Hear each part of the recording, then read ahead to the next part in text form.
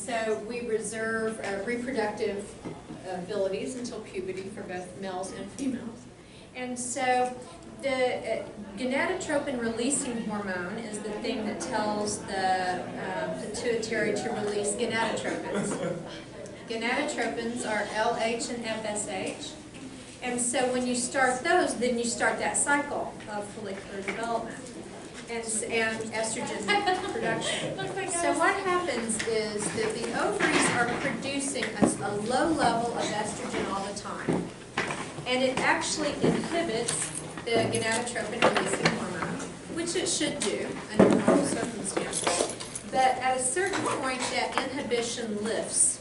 You get enough estrogen, and you'll begin to secrete gonadotropin releasing hormone. So it's it seems inverse. But once gonadotropin releasing hormone is released, then gonadotropins are released. FSH and LH will then begin the follicular or the ovarian cycles. And so you can then begin to establish reproductive cycles. So ovaries will then take over and make even more estrogen, which will then go feed back and inhibit the gonadotropin releasing hormone. It takes about 3 to 4 years to build the body and commit to puberty.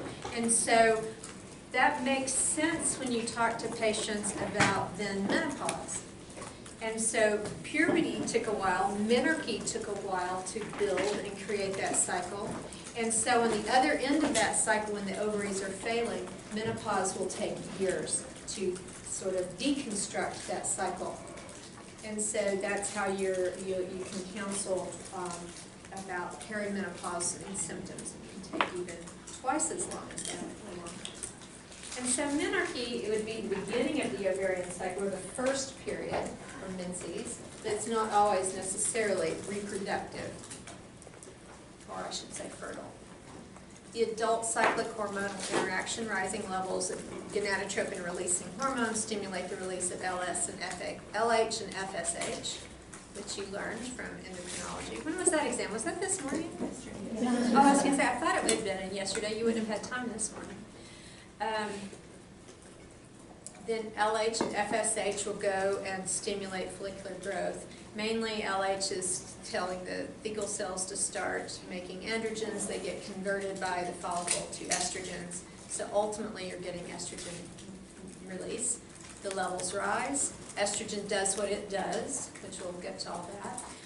But it does feed back and inhibit the release of LH and FSH.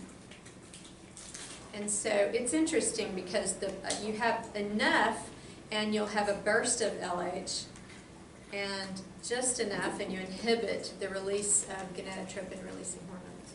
So it's two kind of sensitivities. That mid-cycle LH spike is inducing ovulation. It's stimulating meiosis.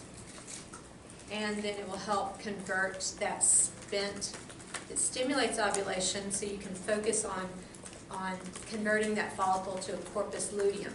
Luteum, luteinizing hormone. Progesterone will inhibit LH and FSH release, which makes sense. Progesterone would inhibit this follicular development because progesterone will be saying, well, there's a fertilized egg on board. And so we don't need this cycle to be happening at the ovary. So that makes sense. If without a pregnancy, that LH stimulation of the corpus luteum will decline and the whole thing will start again. The picture. Ovarian cycle. And there's going to be the peak, the spike of LH will be right at ovulation, and then the corpus luteum develops. FSH was working on the follicle as well. But look at that pre-ovulation spike of estrogen. And then it decreases, and then you see a swell of estrogen in that second half of the cycle. You see ovulation, and then the endometrial lining will begin to thicken. Follicular phase, ovulation, and luteal phase at the ovary.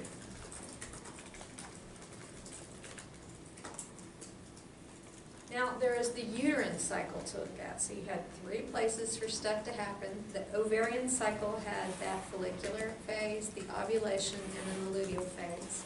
The mammary tissue will be responding to estrogens and progesterone. And then you have the uterus preparing for the arrival of an egg. So the menstrual cycle, or the menstrual phase of the uterine cycle, is divided into, begins at day 1 of menstruation.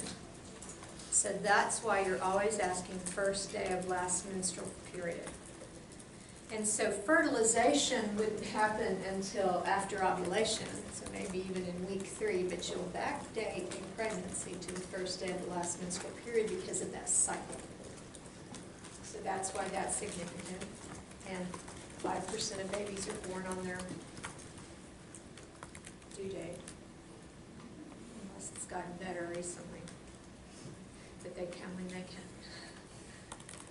Or we instigate something different. So days 1 through 5 are the menstrual phase of the uterine cycle. That makes sense. So there's sloughing. So look at it here.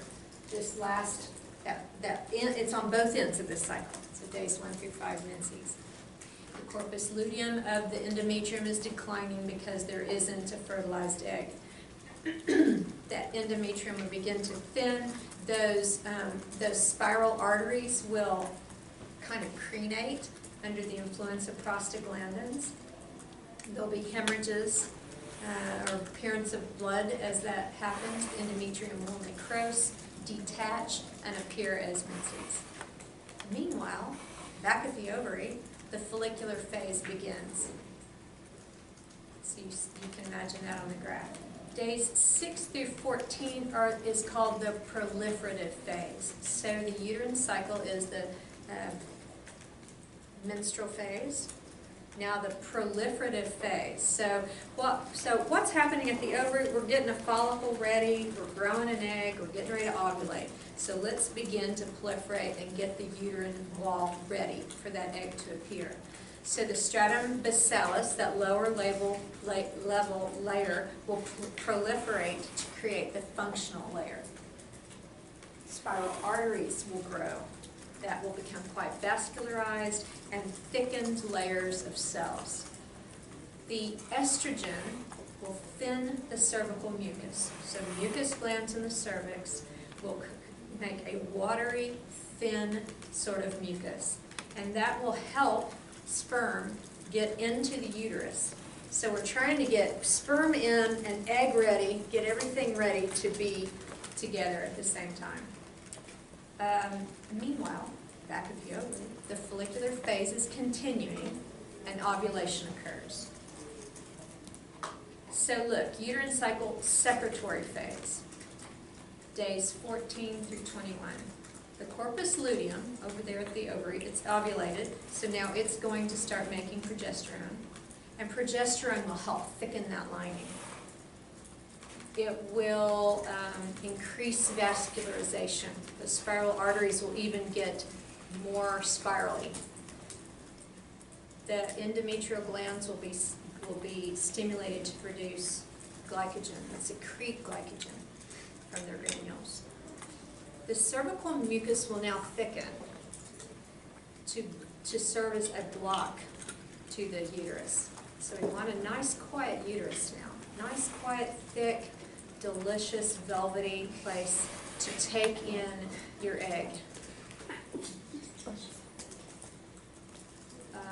It's ready for implantation, so implantation will be the burial of that fertilized egg and this nice, velvety lining. If there is no zygote, the corpus luteum won't make progesterone anymore, this whole thing can fall apart. And sloughing will ensue. So that secretory phase is a couple of weeks. If nothing has happened and the signal is lost, then you can just slough off and start again. That egg isn't fertilized. we don't want no non-fertilized eggs around here.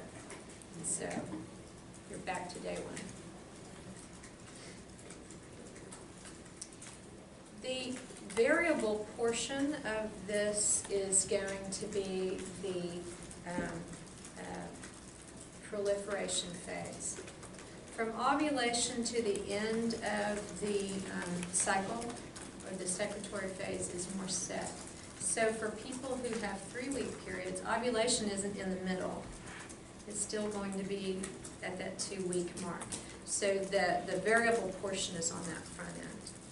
So that's why people can't just rely on the middle of the period, or the middle of the cycle for ovulation.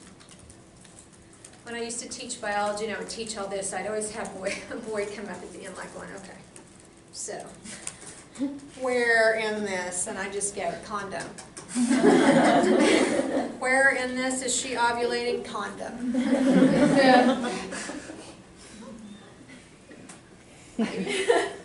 Because the pill has to be taken every single day. Don't count on anything. Also, herpes. Where is she ovulating? Herpes. Warts. They will. Have you just seen terrible cervical, not cervical, but terrible warts? I mean, I saw a young woman that what? Live for life. Oh, That's a big commitment. it is, and I can't express enough to people about exposure to bodily fluids. Male, female, female, female, male, male, it doesn't matter. Those warts are, what's the word I'm trying to use? They will malform the genitalia, disfiguring. These aren't just warts, these are disfigured bodies because of warts. And so, where in that cycle? Condom everybody, condom everybody. Because when I say pregnancy is one of those things, well, okay, you get a baby out of it, or somebody does, or whatever happens that's legal and safe. But, man, those warts, and you know they can try to get rid of them, and they can spread and then cluster, and then, oh my God. I should just walk around with a t-shirt with just a disfigured genitalia and just go, condom! Truth. I was so shocked, y'all. That what? You're going to do it? Preach it. Yeah, you're going to show some warts, aren't you? I mean, you know the way that sentence was supposed to really sound. You're going to show your warts, aren't you, Professor? So we had a patient at it was the Indian Health Service, which is just a wonderful facility in Telepa, Oklahoma. It was at that time delivering more babies than any other Indian Health Service in the nation. They still use the word Indian Health Service, by the way. There was a young woman having a baby in there that had to have a C-section because she was so disfigured with warts. She was 16. And that age doesn't matter so much, except that if she were 35, that would be like 20 less years of wart growth. So I don't even know why. It's just, it's so humbling to realize what can happen. What her backstory was, I don't know, but it wasn't good. And the story going forward wasn't good. So anyway, condom. And then I guess there's an argument to definitely be made there for the vaccination, because it does guard against 3 of the more the serotypes for warts. The breast cycle, so you got your ovaries with stuff going on, you got your uterus with stuff going on, and you got your breasts with stuff going on. So estrogen will cause proliferation of the ducts, progesterone will cause growth of the lobules and alveoli, and so the production, the growth, and production of milk would be an estrogen and progesterone tag team. During that time, there'll be pain and tenderness because of that growth, so that is also kind of part of that whole monthly milieu. And then those changes should decline when there is no pregnancy. They'll be maintained with one. So let's go to the brain-ovarian axis. So we're going back and repeating what you learned about GnRH during endocrine system, gonadotropin-releasing hormone. Its source is produced and released by the hypothalamus. Target anterior pituitary via that hypophyseal portal system. So anterior pituitary was the one that has to receive releasing hormones that were made and released by the hypothalamus to instigate some sort of next hormone in the line. And so the action of gonadotropin releasing hormone is to tell the anterior pituitary to release gonadotropin, so it's well named. And so you get LH and FSH being released. That is inhibited by estrogen. Luteinizing hormone, specifically, the source, anterior pituitary, you know that. What's the target? Gonads. In the female, it would be estrogen projection. Fecal cells are going to produce androgen. Granulosa cells will convert it to estrogen, so that's cute. So that granulosa is that external layer, and the theca is an external layer. It will instigate meiosis. We'll go from prophase 1 to metaphase 2-ish. Ovulation will occur, and then you convert the follicle to a corpus luteum. So it's a big deal, and you certainly see a big peak right there at ovulation of luteinizing hormone. It is inhibited by estrogen. Follicle-stimulating hormone will release from the anterior pituitary circle and have its effect on gonads. In the female, it will stimulate granulosa cell function and stimulate follicle maturation. So it tag teams with LH. And because they're coming from the same source, you don't really have a lot of entity where you would have one and not the other. You really have both or not both. Inhibited by estrogen. If it's a male, it would be inhibited by inhibin as well as testosterone, because you have various similar function of both of these with different bodies. Estrogen itself, synthesized from cholesterol, secreted by granulosa cells, secreted by the corpus luteum, certainly in a much smaller amount than progesterone is secreted by the corpus luteum. Placenta will make estrogen when you have one of those. Also adipose tissue, so there's peripheral estrogen being made.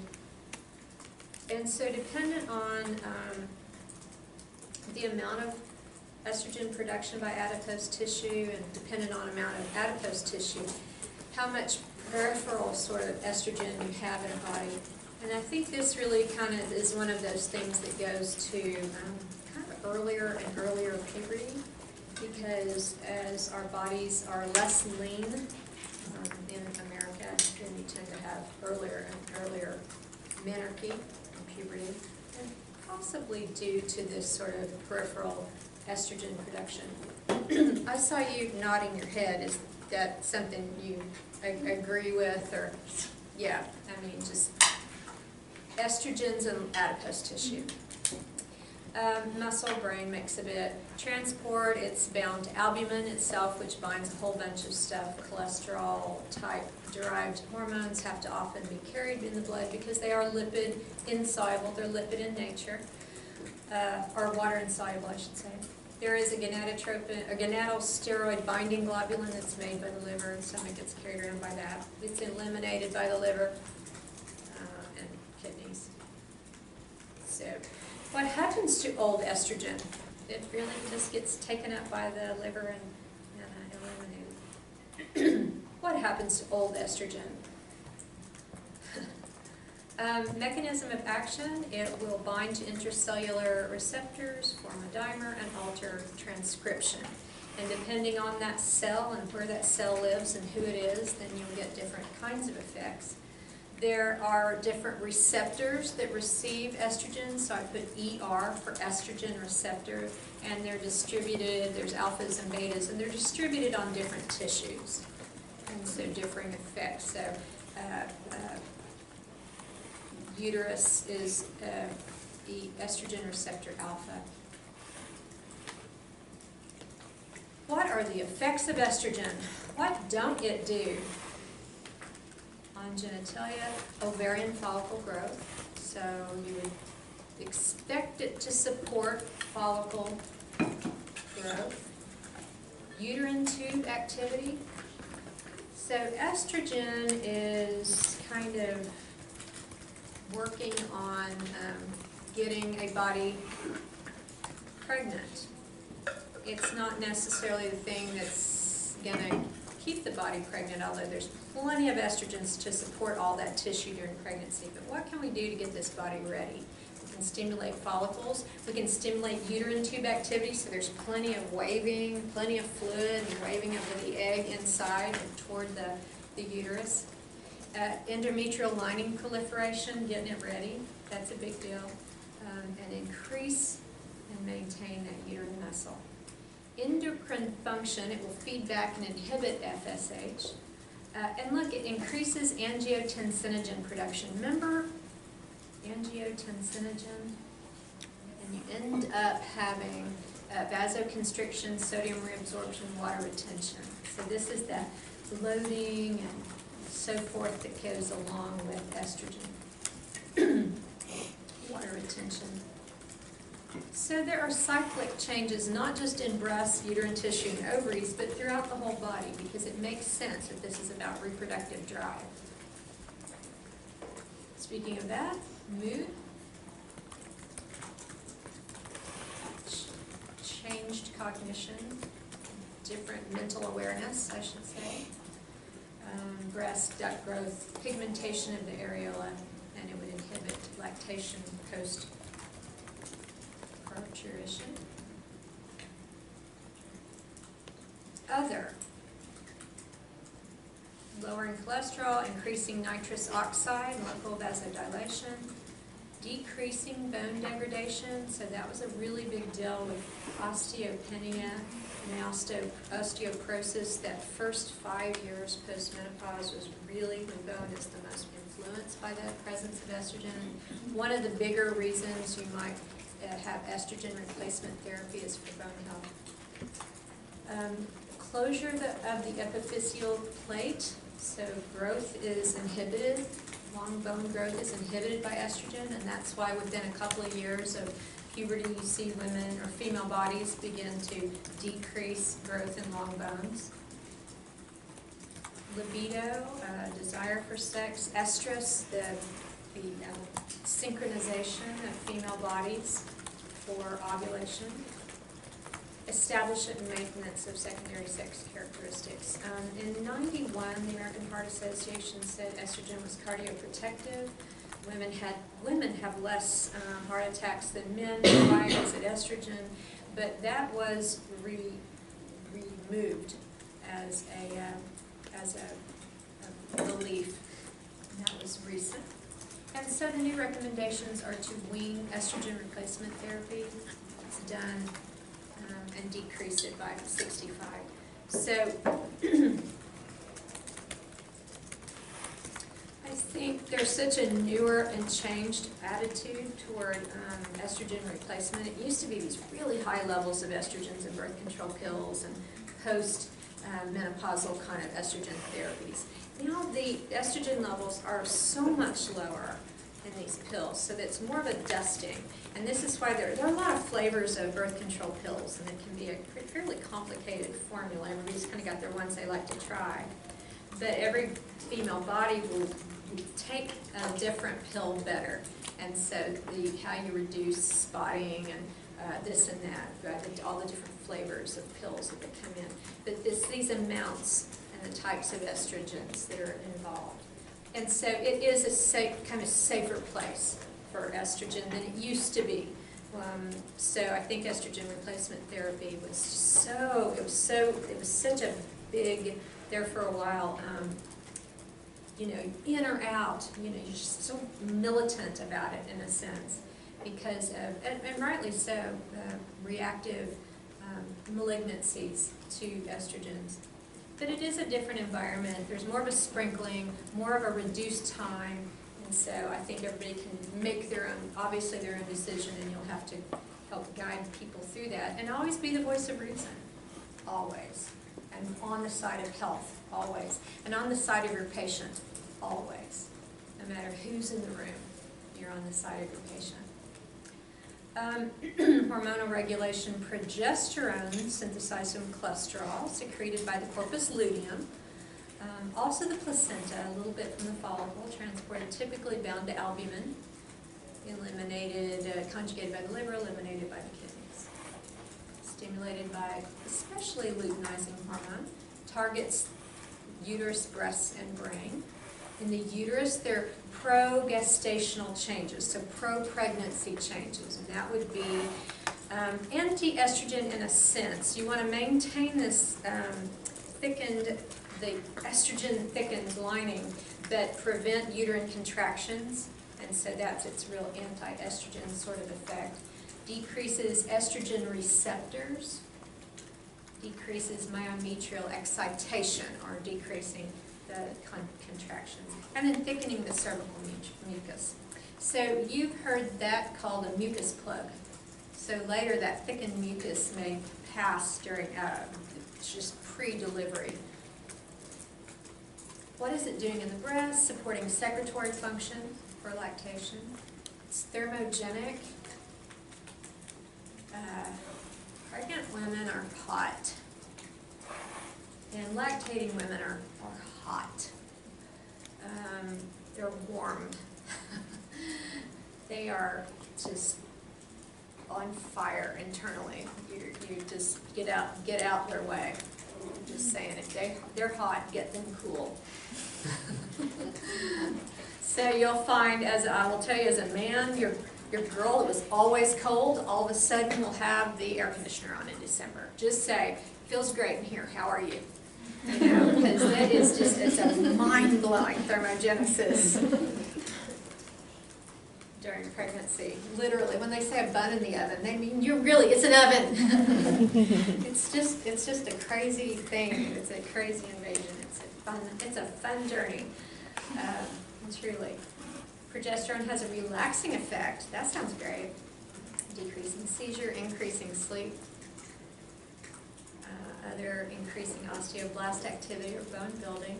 Diuresis, going to the bathroom a lot, and really efficient adipose energy use. Aww.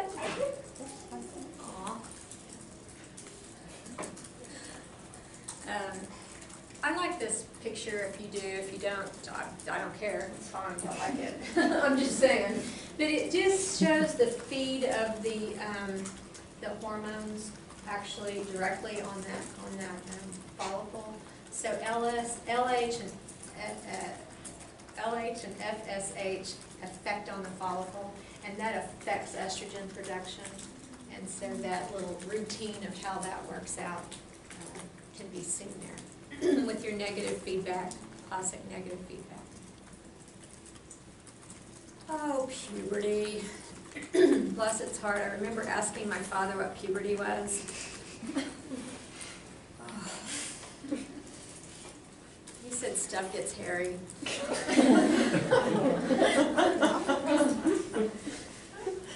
He was cooking dinner. What was I thinking? I don't know. He went on from there. But it was true. It was true.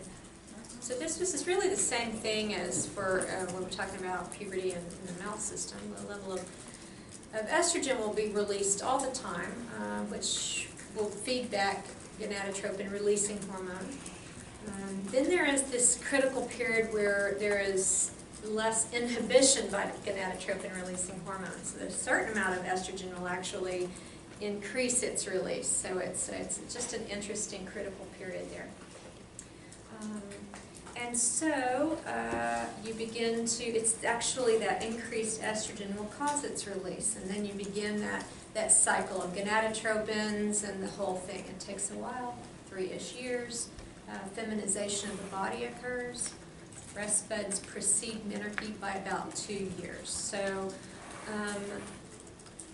will that development be in this phase? It won't be during pediatrics? I don't know. Probably pediatrics. They'll talk about the staging In pediatrics. So there's this whole Tanner staging for puberty. That's in pediatrics, that transition. Oh, here's just some stuff that happens during puberty in case you didn't know. I don't know where this picture came from or why that guy's wearing those. Because that's a dude, man. But the whole point was to show this waist to hip ratio changing. Estrogen widens the pelvis. I don't know if you've noticed that, but there's more body fat. And so from the hips down, testosterone is kind of waist up. And really, it makes a lot of sense. This is kind of a balance for a pregnant body. It really makes sense. Enlargement of breast, erection of nipples, growth of body. Look, stuff gets hairy. Greater development of thigh muscles behind the femur, so it's kind of interesting. Again with the widening of the hips. Elbows that hyperextend. I like to kind of cut and paste this list. I thought that was kind of interesting. It must have something to do with giving birth. A rounder face. The testosterone has a different appearance on the face. You see faces change at puberty. Wait, what? This guy was walking to our class and his eyes. And then he heard it. And he was like, ah, shit, I'm in the wrong. Oh, don't go in there. You don't want to go in there. Female sexual response, pretty similar to the male sexual response. It's visual, mental, physical, all those parts are there. Engorgement of sexual tissues, nipple, vulva, clitoris, vaginal walls, secretions of Bartholin's glands. And climax involves uterine contractions, which is really neat. Which is really neat. What a dumb thing to say. But I saw a film during anatomy that I took in undergraduate. Don't you have to have anatomy before? We used to have anatomy before we came into PA school. Is that Depends still on a the program. program? Depends on the program. But anyway, they had a camera of the uterus activity. It was from the aspect of the vagina at climax in the female, and there were uterine contractions, and it was really interesting because the cervix would kind of I should say enter more deeply the vagina. And so it was almost as though that there was this uptaking of seminal fluid in a sense. Really interesting video, although I would not try to Google that.